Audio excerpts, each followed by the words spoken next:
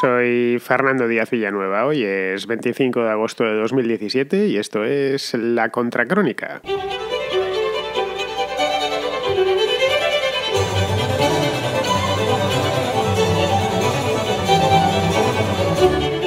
Esta semana Donald Trump anunció que iba a reforzar la presencia militar estadounidense en Afganistán. Es algo, fue un discurso en una base en los propios Estados Unidos, la de Fort Myers concretamente, y en el discurso delante de los militares pues dijo eso, que iba a mandar más tropas y que iba a revitalizar esa guerra que está un poco ya casi terminando en su recta final, una guerra que no se ha ganado, que se ha quedado como estaba, pero que, bien, estaba medio dada por perdida, ¿no? El conflicto afgano, de hecho, cumplirá 16 años ahora, el próximo, no sé si fue el 7 o el 8 de octubre, el 8 de octubre de 2001, cuando esto empezó, y la verdad es que en su momento no le gustaba demasiado, por lo menos al Trump candidato, pero al Trump presidente parece que sí le gusta. Reconoció incluso que había cambiado de opinión. Una vez en el despacho Oval, lo cual le honra. Las cosas en el despacho Oval se ven de distinta manera, vino a decir. Pues bien, Trump quiere seguir en Afganistán, quiere incluso aumentar la presencia militar, como ya he dicho, que es un lugar donde los norteamericanos están ya prácticamente retirados. Quedan ya muy pocos soldados, menos de 10.000 soldados norteamericanos ahora mismo en Afganistán, y la verdad es que lo que no se sabe todavía a estas alturas es qué fórmula va a escoger. Es decir, qué fórmula nos propone o les propone a los propios estadounidenses para acabar con una guerra de 16 años que no han conseguido ni ganar ni terminar satisfactoriamente.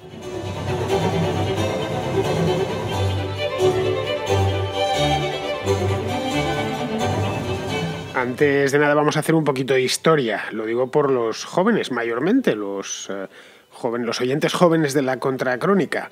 Aquí hay muchos oyentes de 20 años, incluso algunos de menos de 20 años, de 18 y de 19, ¿no?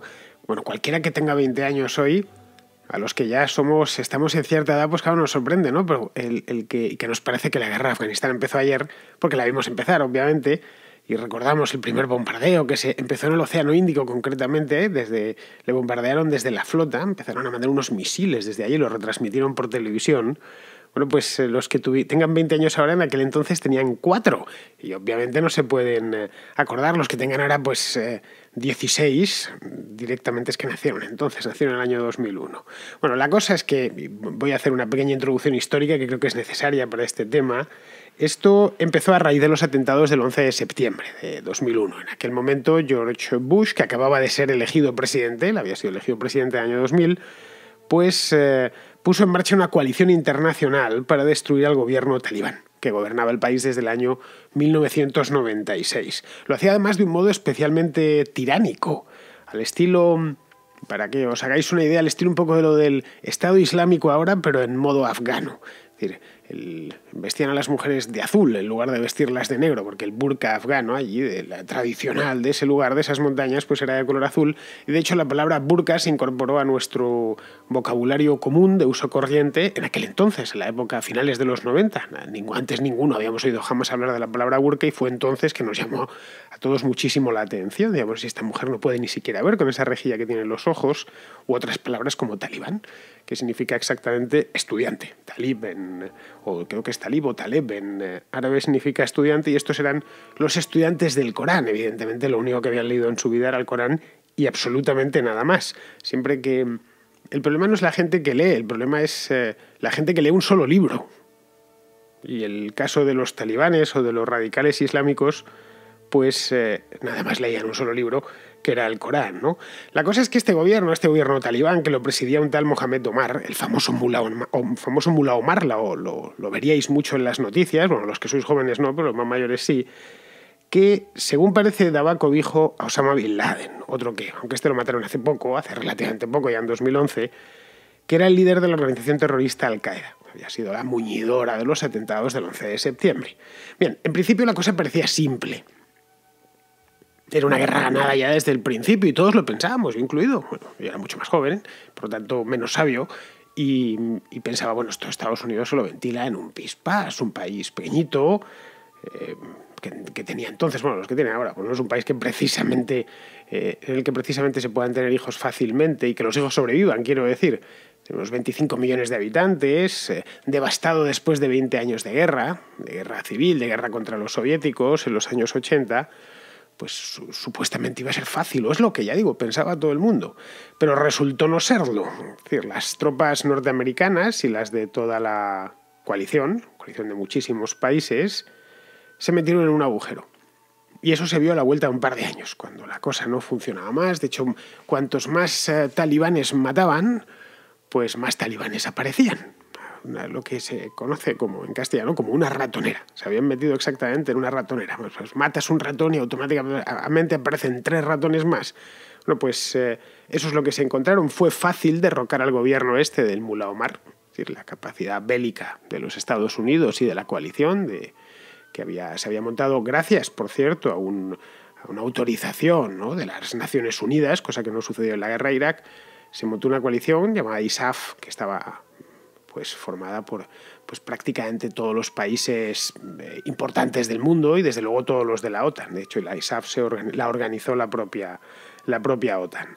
Es decir, al final habían tomado el país, lo habían conquistado, digamos, pero les fue imposible controlarlo más allá de Kabul, que es la capital, y de las principales ciudades. Tenían que... Bueno, y ni siquiera eso, porque las unidades de la coalición tenían que ir siempre alerta, vigilando sus propias espaldas, vivían encastillados en sus bases. De hecho, si se leen, por ejemplo, o se habla con con veteranos, y he hablado con algún veterano, con unos cuantos veteranos españoles de la guerra de Afganistán. España han llegado a pasar 16.000 españoles por Afganistán en los últimos 15 años, y te lo cuentan, ¿no? Básicamente vivíamos en la base, no hacíamos otra cosa, y cuando salíamos pues con el Humvee y mirando a todos los rincones, ¿no? A ver quién, por si acaso nos pegaban un tiro o nos atacaban, ¿no? Bien, de hecho, durante esos años las bajas han sido relativamente altas para una guerra que en principio estaba ganada. Estados Unidos ha tenido más de 2.000 bajas. El ejército español, de hecho, es la guerra más costosa en vidas, por lo menos de los últimos 100 años, ¿no? Desde la guerra civil, obviamente, pero desde la guerra de Cuba. Es decir, creo que han sido como 100, ha habido 100 muertos españoles en Afganistán hasta su retirada definitiva hace ya un par de años. Quedan todavía algunos españoles en Afganistán, pero son muy poquitos. Bueno, la guerra en definitiva a estas alturas, ya el año 2017, era algo que se daba por perdida.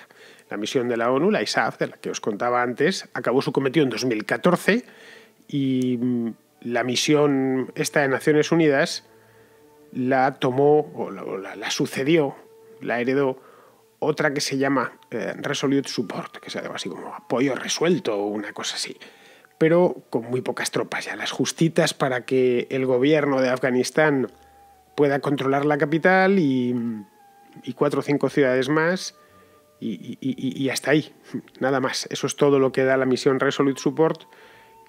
Bueno, y se dejó un poco con la idea de que abandonar completamente el país pues parecía un poco arriesgado. Es decir, de hecho, si me he estado echando un vistazo antes de hacer el programa, cuántas tropas tiene ahora mismo la misión Resolute Support, y es que son 13.000 efectivos sobre el terreno. Es decir, prácticamente nada. Es un país, leche, es bastante grande y sobre todo inmanejable. Pues un país montañoso. Si habéis visto películas o lo habéis visto en los informativos, veréis que no es precisamente un país fácil, que no tiene precisamente tampoco grandes medios de comunicación o grandes vías de comunicación. No hay buenas autopistas, ni vías férreas, ni nada que se le parezca. Bien, de estos 13.000 efectivos de la coalición, llamémoslo así, pues 7.000, aproximadamente la mitad, son norteamericanos. La idea de Obama, en principio, no era esto de Resolute Support y dejar allí 7.000 hombres. No, ni muchísimo menos. La idea de Obama era un poco la misma que la de Bush y la misma que tiene Trump ahora.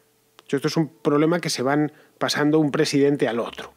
La idea que tenía era la de acabar con este asunto metiendo muchos soldados. Reforzó el dispositivo. Estados Unidos llegó a tener, hace 7 años, en 2010, 140.000 efectivos sobre el terreno. Es decir, el equivalente al ejército español, para que nos hagamos una idea, lo tenía solo en Afganistán. Estuvieron allí cuando vio que la cosa no funcionaba, lo único que ocasionaba era gastos crecientes, se han gastado miles de millones de dólares en la guerra de Afganistán, Solo a España creo que le ha costado 4.000 millones de dólares la guerra de Afganistán en los últimos 15 años, así que imaginaos lo que le ha podido costar a los Estados Unidos. Pues cuando vio que eso no era más que gasto de dinero y motivo para repatriar cadáveres, y es de las cosas más impopulares que puede hacer un presidente o un primer ministro, ir a un funeral de un militar con la bandera encima, pues empezó a retirarse y así hasta el día presente. De hecho, ni en el mejor de los momentos Afganistán llegó a ser controlado del todo. El gobierno actual, que lo preside un tipo muy refinado, lo habréis visto por televisión alguna vez, que trabajaba antes en el Banco Mundial, se llama Ashraf Ghani, un tipo así con muy buen aspecto, bueno, pues parece casi un profesor de universidad, de hecho, o un banquero de inversión.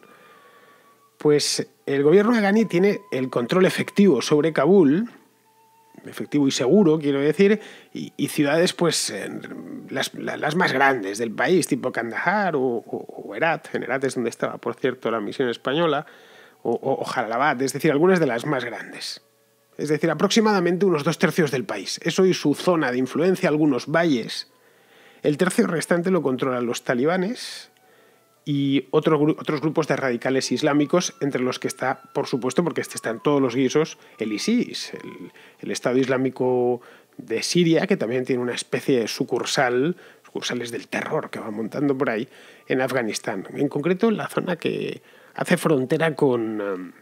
muy cerca de Kabul, por cierto, si lo vemos en el mapa, la zona que hace frontera con Pakistán. De hecho, el mapa de Afganistán es un auténtico rompecabezas. Si lo miramos a lo largo de... es casi imposible seguirlo, va cambiando continuamente. De hecho, ahora mismo el actual, el más reciente, el del mes de julio de 2017, pues llama la atención porque es realmente plástico. Es más, muchas de las zonas controladas por el gobierno ni siquiera están directamente controladas por el gobierno. Eso es algo que cuando estamos fuera no lo sabemos. A mí me lo contaba un veterano, me decía, es que esto parece que está gobernado desde Kabul, pero no es cierto.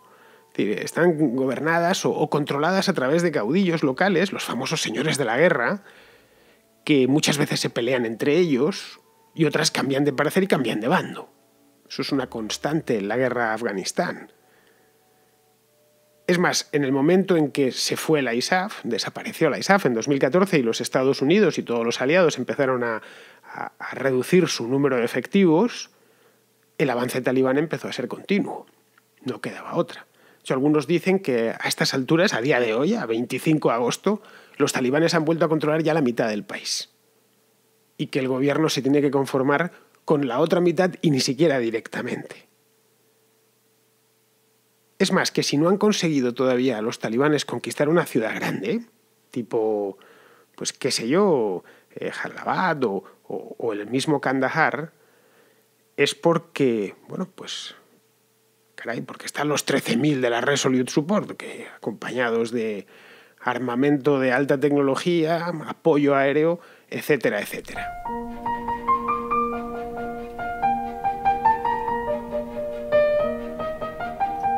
Pues bien, este sería aproximadamente el mapa de situación o el informe de situación. Y esto es lo que le han debido contar a Donald Trump, le han debido contar con muchos más detalles de los que yo os lo he contado a vosotros, pero vamos, le han debido leer la cartilla, digamos, los últimos 6 meses y explicárselo con todo lujo de detalles. Señor presidente, esto es lo que hay, así funciona. Le han debido contar la historia de la intervención en Afganistán, que Trump, sospecho, me malicio, que no se la conocía muy bien, de los que decía hay que abandonar Afganistán ya.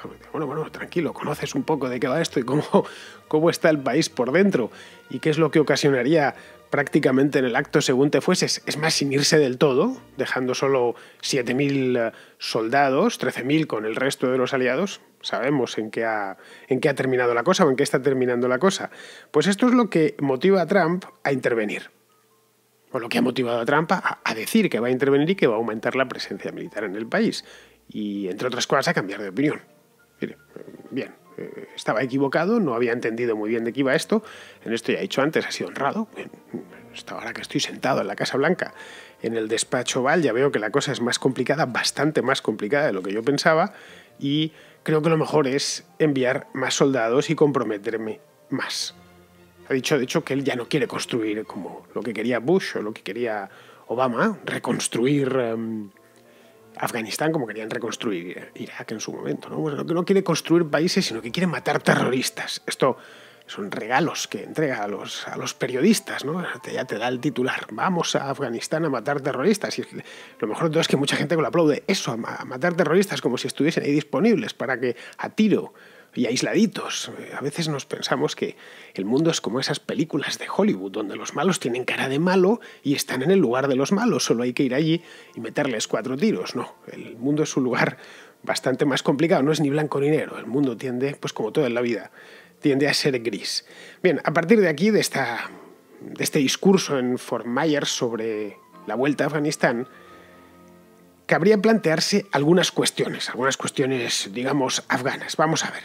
La primera de todas, por lo menos, cuestiones que yo me planteé cuando el otro día, bueno, y lo vi incluso, una parte del discurso y lo leí entero, según lo iba leyendo me iba haciendo preguntas, ¿no? La primera de todas es que dijo que América, que los Estados Unidos, ya ves esta manía que tienen los estadounidenses con decir American como si su país fuese América, lo digo muchas veces aquí y lo repetiré más, por si acaso me escucha alguno de allí. En América, recordadlo, es todo el continente, no solo los Estados Unidos. Pues decía que Estados Unidos estaba allí para ganar. Y nada más, que la cuestión era ir a ganar. El tema es que no dijo cómo. Bueno, vamos a ganar porque vamos a hacer esto que antes no hemos hecho. Porque el hecho es que en Afganistán se ha probado de todo. En 16 años de guerra da para probar de todo. La guerra del Vietnam fue muchísimo más corta. La guerra del Vietnam realmente, pues empezó un poco antes, los primeros compases son a principios de los 60, pero cuando Estados Unidos se mete a fondo es en el 65 y se retira en el 73. Estamos hablando de una guerra de 7 años, y acordaos lo que fue aquello. Pues esta lleva 16. 16 años en los que, ya digo, se ha probado absolutamente de todo y nada ha funcionado. Esa es la primera cosa. Podréis decirme, bueno, pues que tampoco lo va a decir en el discurso, está claro. Pero bueno, esa es una primera cuestión afgana que no tenía que responder ahí, pero que tendrá que responder después. No sé, quizá piensa, esto lo pongo entre interrogantes, quizá piensa entablar negociaciones con algunos señores de la guerra que apoyan a los talibanes para traérselos de su lado. Pues las zonas controladas por los talibanes, como le pasa al gobierno, tampoco están enteramente o controladas directamente por ellos, sino a través de caudillos locales. Quizá lo va a hacer a través de la diplomacia. Es posible, no lo sé, ¿eh? Es una pregunta. Esa sería la primera. La segunda es cuántos hombres y mujeres, es decir, efectivos, está dispuesto a poner sobre el terreno. Por ahora dice que va a mandar 4.000 más. Porque, claro, 4.000 más es una gota de agua en una bañera, es nada. Obama ya ha dicho antes que llegó a tener 140.000. Y a pesar de que había 140.000 no sirvió de gran cosa. Lo único que hicieron fue unos pocos morir y gastar dinero continuamente, porque un ejército moderno y bien suministrado en una zona de guerra cuesta una fortuna. Una auténtica fortuna, ¿no? Muchas veces creo que es de hecho la actividad humana más cara de todas, hacer la guerra. No estamos hablando de unos tipos subidos en un pick-up, ¿no? Así con lo opuesto que comen del país. No. Un ejército moderno desde el primer mundo. Cuesta un montón mantenerle allí. De darle de comer todos los días, la intendencia solo más, las municiones son caras, operar las armas es caro, las armas en sí son prohibitivas. Esto también se pega un poco con su idea de rebajar la deuda y el gasto público, ¿no? No lo sé. Esto es una cosa importante. Si va a poner, pongamos 200.000 y superar el número de Obama, eso tiene un coste directo, un coste que se mide en miles de millones de dólares. Así que esta también está ahí entre interrogantes para ser respondida y tendrá que responderla. Exactamente cuánta gente te vas a llevar allí. La tercera cuestión es que dijo que iba a apoyar al gobierno de Ashraf, que él siempre iba a estar con el gobierno de Ashraf, que por lo demás está elegido democráticamente y tal, y muy reconocido por la comunidad internacional, el Ashraf Ghani, el del Banco Mundial, este que os hablaba que está en Finolis. Pero es que ese gobierno, a pesar de que en el extranjero nos gusta tanto, es como el de Chalabi, ese que pusieron los americanos en 2003 en en Irak. Pues que en el extranjero gusta mucho, pero es que dentro del país no gusta demasiado, a pesar de que le eligieron a los afganos que no están bajo su mando, no es especialmente popular. Ahí además tiene denuncias de corrupción, no solo con este gobierno, sino también de los anteriores. De hecho, esa es una de las razones por las que muchos caudillos locales le abandonan. Luego, quizá ir de la mano o identificarse mucho con el gobierno de Ghani pues no sea la mejor de las maneras. Ahí lo dejo, simplemente. Quizá me equivoque, pero eso es lo que... Quizá ir de la mano de Ghani es el mejor pasaporte, no lo sé. La cuarta cuestión es qué es lo que entiende Donald Trump exactamente por terrorista.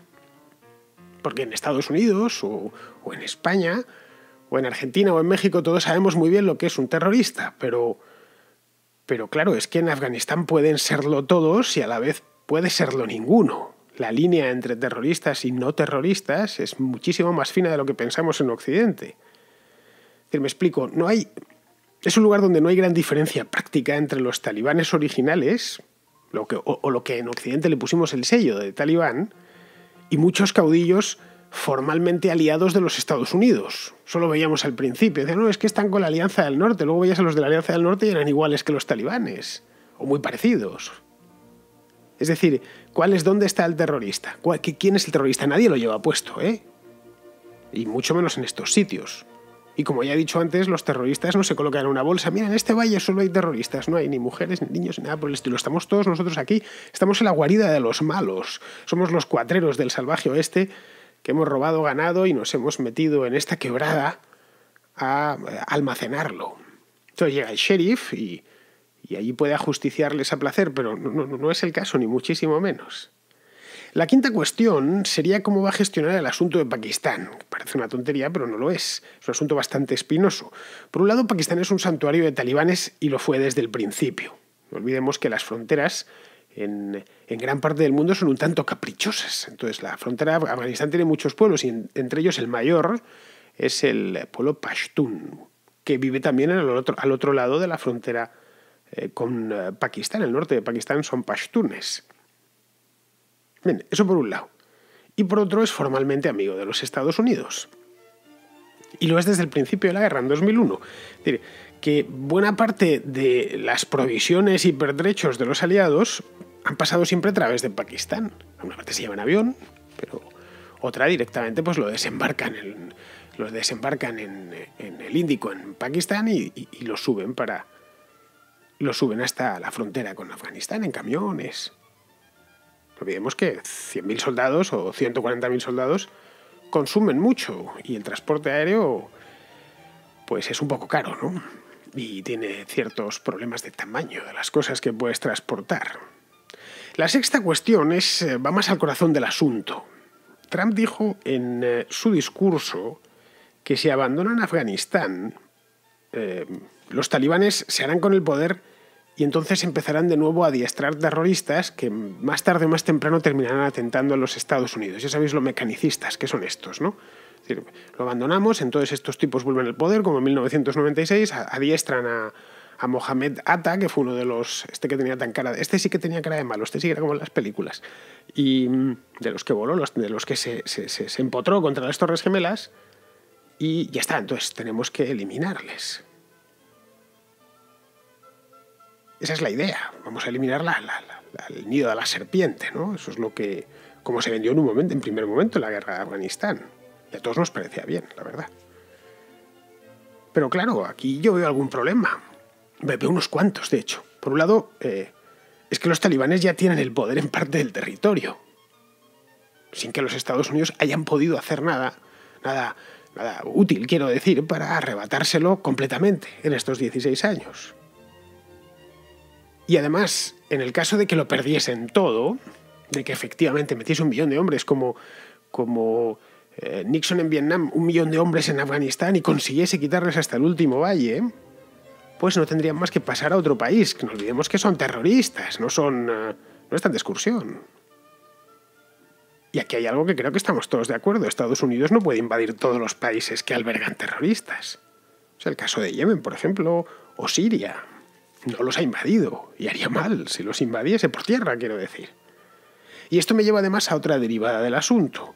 Afganistán hace frontera con 7 países, entre los que se encuentran los 2 más grandes del mundo, por lo menos en términos demográficos. Hace frontera con Irán, con Turkmenistán, con Uzbekistán, con Tayikistán, que son 3 exrepúblicas soviéticas, con China, con la India y con Pakistán. En el caso de que un gobierno talibán volviese por sus fueros en Kabul y desestabilizase la zona, patrocinando terroristas y demás, una especie de Estado Islámico 2, pues digo yo que los vecinos intervendrían, como han terminado interviniendo en Siria y en Irak, ¿no? Y ya por último, la séptima cuestión es la referida a una intervención total. Es decir, que al final Trump se decide por echar toda la carne al asador. Se decide a por todas y se ve obligado pues, a arrasar ciertas zonas. A arrasar, quiero decir. Es decir, a arrasar por todo lo que pasa. ¿Hay terroristas? Bueno, pues carpet bombing, ¿no? De este bombardeo en alfombra. Eso, claro, tiene el riesgo de que entraña muchos muertos civiles.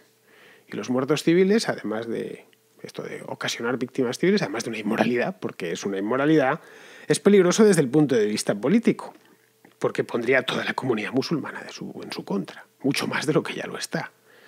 Resumiendo, que si la guerra en Afganistán dura ya 16 años, no es por casualidad. Que no piense Donald Trump que ha llegado y va a descubrir América así nada más llegar. Ya tengo el secreto y ya sé cómo se va a solucionar esto. A mí de verdad, sinceramente os lo digo, se me ocurren pocos conflictos más complicados y de más difícil salida.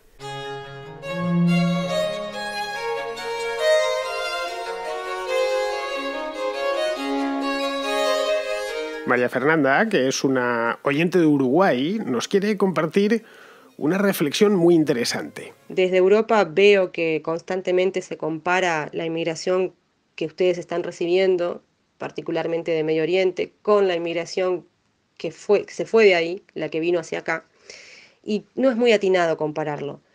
El europeo que vino hacia acá nunca jamás recibió ni la mitad de la ayuda que recibe hoy cualquier persona que va a Europa como inmigrante.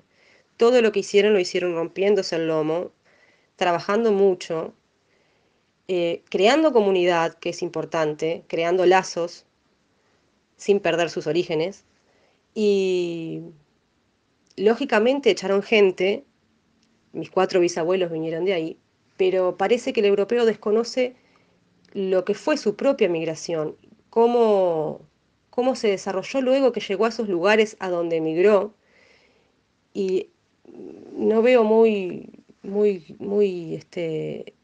la comparación me parece que no tiene mucho sentido, porque no es igual. Pues poco más se puede decir de lo que ya nos ha contado María Fernanda.